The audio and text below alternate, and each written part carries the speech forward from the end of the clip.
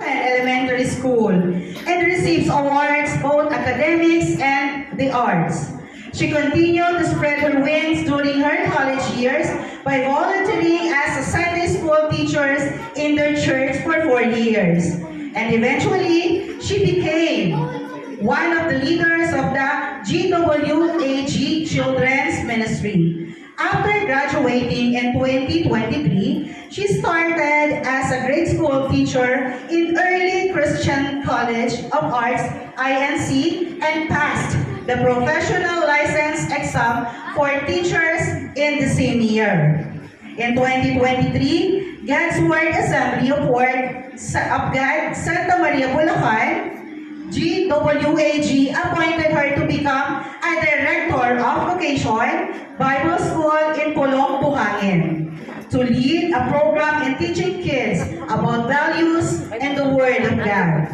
She is an active volunteer who teaches children from 5 different streets as part of their church outreach program in Bulacan.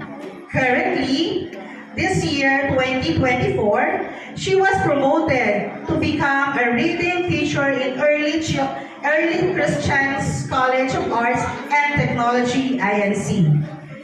With that experience, and with the help of God and her mentors, she is currently starting a new reading outreach program at Barangay Santo Niño, Angat, Bulacan.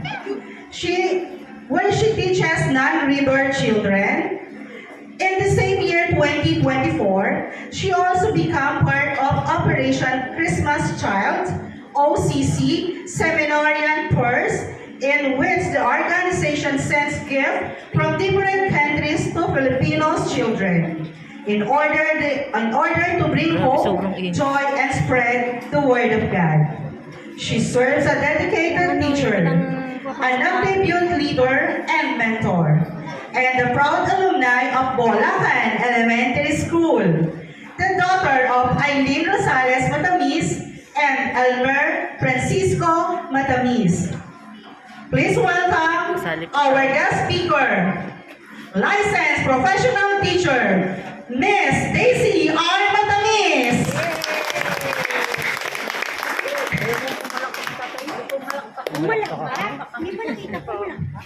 Thank you for a heartwarming introduction from Anna. Sige po, you may now take your seats. Para po sa ating Pangulong Guro, Sir Cecilio A. Zapra, para po sa ating tagamasid na pagpuro, Mr. Joner C. David, at sa ating Barangay Captain, Rolando Reyes, sa ating SK Chairman, Paula Ponon, at sa mga kagawad po natin na nandito, sa mga parents natin na nandito, isang magandang tanghali po. And again, magandang tanghali, dear graduates. It's a great honor and privilege to stand here, seeing you all wearing the gown of success. Can you please give your seatmate a round of applause? Palakpakan mo naman yung katabi mo and say, great job! Honestly, habang tinitingnan ko kayo na tumatanggap ng diploma kanina, ang puso ko ay nagagalak sapagkat sa 6 na taong pagsusumikap, mula grade 1 hanggang grade 6, narating nyo na ang unang hakbang patungo sa ikalawang yugto ng lakbayan ninyo sa edukasyon. Ang nalalapit na high school life. Handa na ba kayo sa high school life? Siguro iba sa inyo, handa na, iba may takot, may kaba, yung iba naman excited. At katulad ninyo, 13 years ago, ako din ay nakaupo dyan sa kinalalagyan nyo ngayon.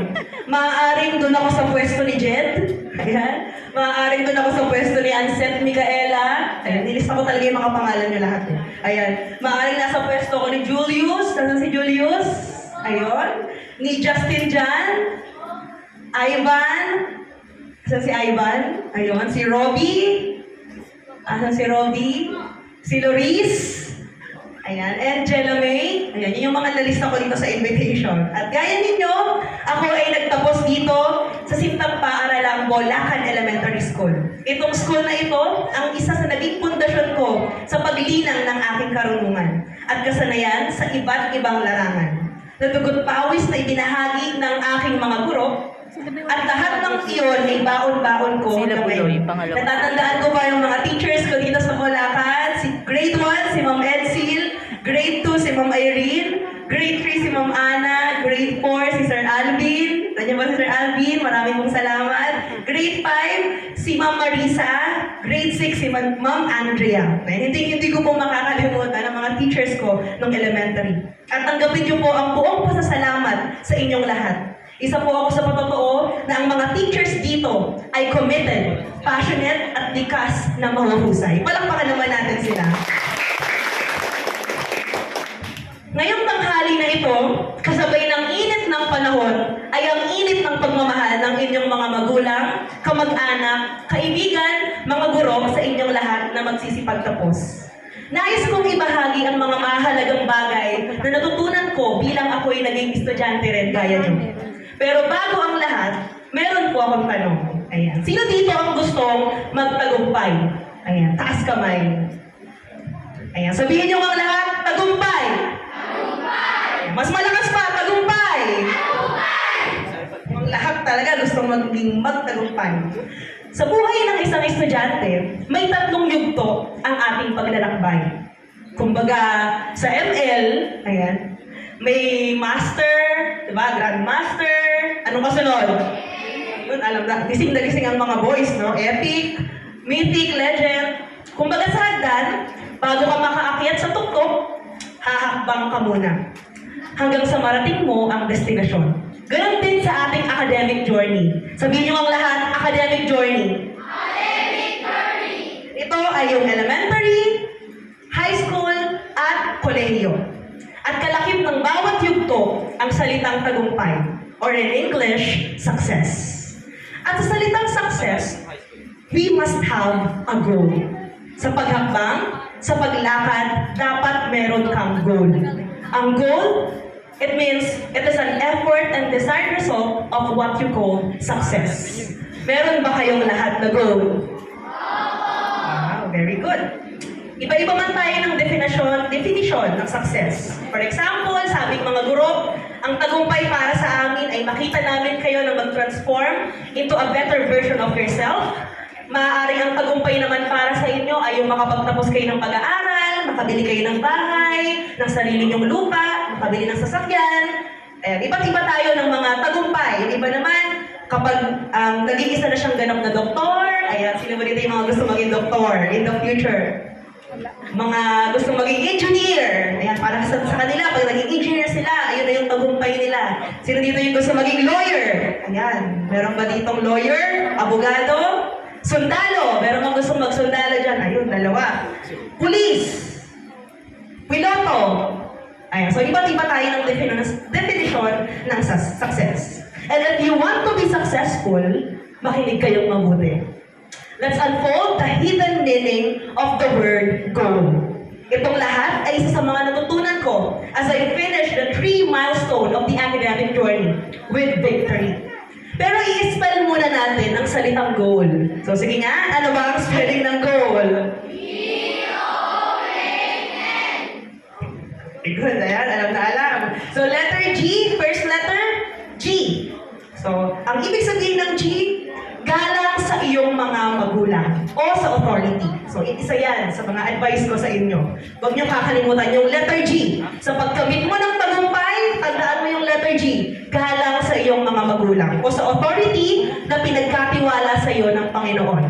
Maaaring lola mo, mga kasama mo sa bahay, tito, tita, o sino ang mga nag-aalaga sa iyo. Tandaan mo palagi ang salitang paggalang. Sa bawat paghakbang mo, hindi mo maiiwasan na minsan umatras, madapa, mapagod, masaktan, pero focus sa goal ng may paggalang sa magulang. Tandaan mo anak, hindi sila perpekto. May times na habang inaabot mo yung pangarap mo, magkakamali sila. May masasabi silang hindi maganda, may magagawa silang ikakasasakit mo, pero tandaan mo, hindi sila perfecto. At madalas, yung mga salita nila sa atin ay ikabubuti rin naman sa atin. Ikabubuti rin naman natin. Tama ba? Ayan. Kasi kahit ang Panginoon, yun ang sinabi. Actually, hindi niya sinabi, pero inutos niya. Honor your mother and father. At sa case ng kaibigan ko, na yung parents niya ay wala na, pero ito yung sinabi niya. Yung taong nag-aalaga sa akin ngayon, Yan yung bigay ng Panginoon as my authority. At igagalang ko ito. At igagalang ko sila. Dapat ko silang sundin at galangin. At kaakibat po ng salitang paggalang ay ang pagsunod. Sabihin niyo ang lahat, pagsunod.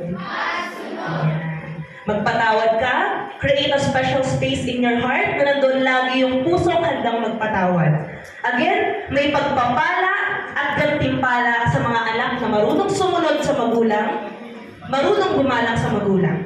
At syempre, may kaakibat na parusa sa mga anak na suwain, sinungaling sa kanilang mga magulang. Ayan, parang kinabahan yung iba dyan. Ayan, don't take it as para mag-guilty kayo, para ma-feel bad kayo sa sarili ninyo, but take it as a new learning at realizations to improve yourself. Ayan. So, anong letter tayo? First letter? G. Next letter is letter O. O, oras ay gamitin ng tama.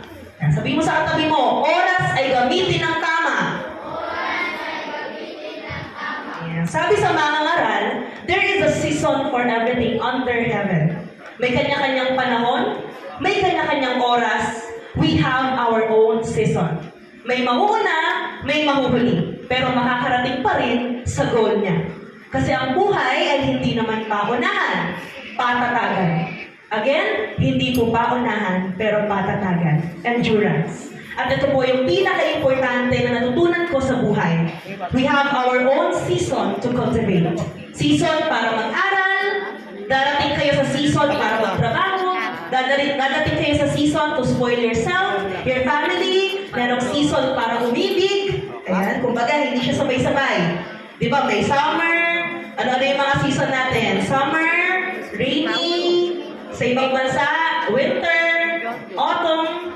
Maging matalino, aralin maging marunong. Focus is a skill and focus on your season.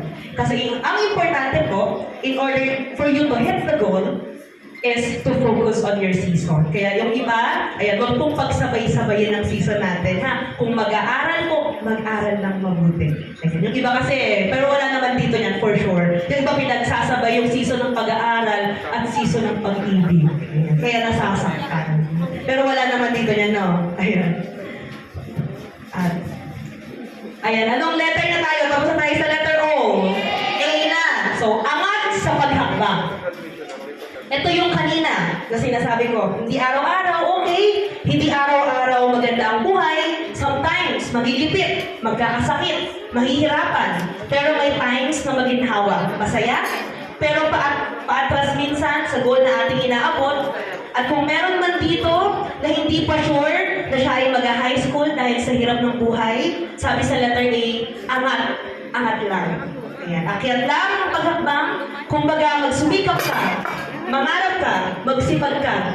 May mauna, may mahuhuli. Pero sabi nga, patatagan yan. At ang huli, ayan. Ano na pong letter tayo? Letter L, di ba? Mabilis lang. Letter L, laban lang at huwag susuko. Sabihin mo rin sa katabi mo, laban lang at huwag susuko. Sa paghakbang, sa tagumpay, ayan. So, bawat yugto, importante na lumaban. Ayan. Hindi yung laban na suntukan, ha? Sa punutan, na abangan sa labas. Hindi ganung laban. Pero laban na hindi ka susuko, anuman ang mangyari. May algebra man, geometry man, trigonometry sa high school. Ayan, mga nakaabang na mga lesson nyo sa high school. Laban lang. Huwag susuko. Huwag sukuan. Dahil sa pagpapatuloy, doon may tagumpay. At syempre, huwag mong kakayanin mag-isa. Nandiyan ang Diyos, pwede mong idulog, inuhod, ilaban sa panalangin. Lahat-lahat. At nandiyan ang iyong mga magulang, kaibigan, mga guro, at mga taong nagmamahal sa iyo. Muli, laban lang at huwag susuko. Ayan. So, anong letter na tayo? Letter L. Ayan. So, ano nga ulit yung meaning ng goal natin? Letter G, galang sa magulang. Letter O, oras ay gamitin ng tama. Letter A, angat ang paghakbang. And letter L, laban lang at huwag susuko. Ayan. Pwede po bang palampakan niyo muli ang inyong mga sarili? Dahil sa unang yugto ng inyong academic journey, which is your elementary life, it will be officially ended today, but you made it successful. 2 more, ayan, 2 minuto pa, and don't forget the meaning of the goal na pinag-aralan natin kanina.